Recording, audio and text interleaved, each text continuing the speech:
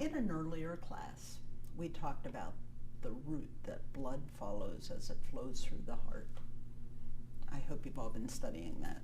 Dr. Skanga, I've been studying it and I notice it always follows the same path. And I was wondering what keeps it from going in a different direction.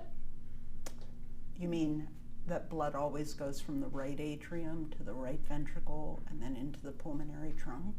Correct. Yeah? It's the heart valves that ensure that blood flows in one direction only as it goes through the heart. And I'm glad you asked that question because I wanted to talk about the heart valves today. So, we actually have 4 heart valves, and they're organized as 2 pairs of heart valves. We have what are called atrioventricular valves, or AV valves, and then we have semilunar valves.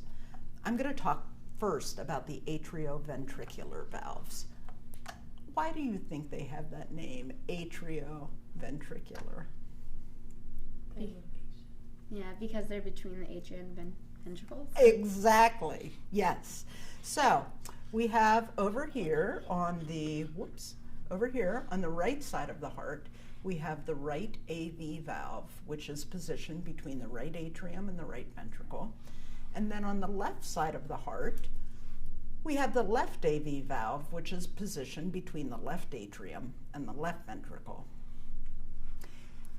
All of the heart valves are composed of a dense, fibrous connective tissue, which means that they're kind of sturdy, and they have to be sturdy because they move around a lot inside the heart as the heart is beating.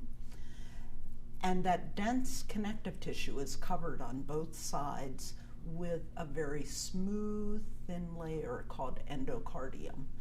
The smooth, thin layer is important because it allows blood to flow through and past the heart valves with less friction.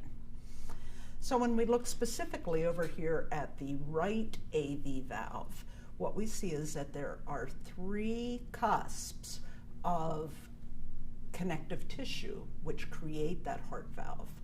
And so we refer to the valve as the tricuspid valve because of those 3 cusps of tissue. On the left side of the heart, the left AV valve is made up of 2 cusps of tissue. And so it could be referred to as the bicuspid valve. But it's more often, in fact, I almost want to say it's always called the mitral valve, not the bicuspid valve, okay?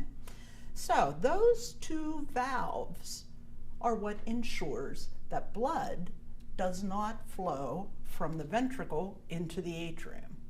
They prevent blood from flowing backward from the ventricle into the atrium. How do they do that?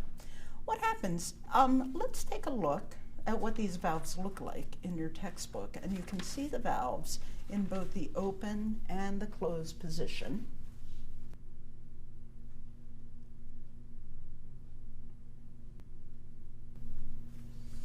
Notice that when the valves are open, the cusps are in the position that you see here in this model.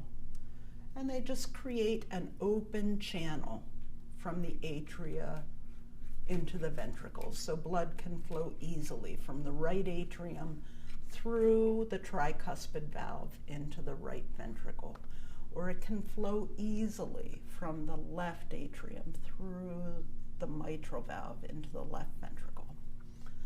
What happens though is when the ventricles contract,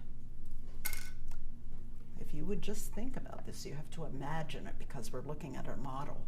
But if you would just think of the ventricles contracting and squeezing on the blood that's present in the ventricles, what do you think is going to happen to pressure in the ventricles when that squeezing action happens? A little increase. Pressure is going to increase in the ventricles, right? And at the point that pressure in the ventricles gets higher than pressure in the atria, the cusps of the AV valves swing closed. And that prevents blood from flowing from the ventricle into the atrium. I was going to ask, but why wouldn't the the cusp would just go back into the atria, like swing like this. Yeah, exactly. Yeah, and then blood would flow into the atria if they swung like that, right? Well, structurally, we have some structures that prevent that from happening. Now, we can't see them very well in this model, but you can see them pictured in your textbook, and I can see these relevant structures on this model. So specifically, what we have attached to the free edges of the valve cusps are little thready structures that are made up of a very tough collagen. Those fibers are called chordae tendineae, and they anchor into a special part of the myocardium called papillary muscles. So the papillary muscles just extend like little fingers from the walls of the myocardium, and chordae tendineae attach on the ends of the little fingers at one end, and then the chordae tendineae attach to the valve cusps at the other end.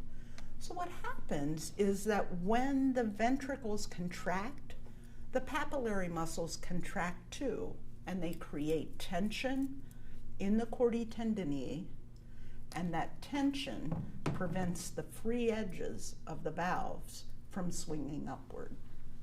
Okay, so that tension that's created in the chordae tendineae ensures that the valves will close and then stay in the closed position. Okay, so why do the AV valves close? Because of the increased pressure when the ventricles contract. And they will close when pressure in the ventricles Is higher than the pressure in the atrium. is higher than pressure in the atrium. Right. Now, why do you think the AV valves open? When the pressure decreases, so when the blood goes into the pulmonary trunk, there's less pressure in the ventricle, and there's more pressure in the atrium, so then they need to open to release that blood. That's the general idea. So you remember we have the heart contracting like this. Atria contract, ventricles contract, and then they relax, right? When the ventricles relax, pressure in the ventricles falls, and when pressure in the ventricle becomes lower than pressure in the atria, the AV valves open, right? And then in the next heartbeat, when the ventricles contract, pressure in the ventricles will get higher than pressure in the atria, and the AV valves will swing closed, right? So it's all about pressure that's being generated by contraction of the ventricles, right? Pressure is high in the ventricles, AV valves close. Pressure falls, AV valves open.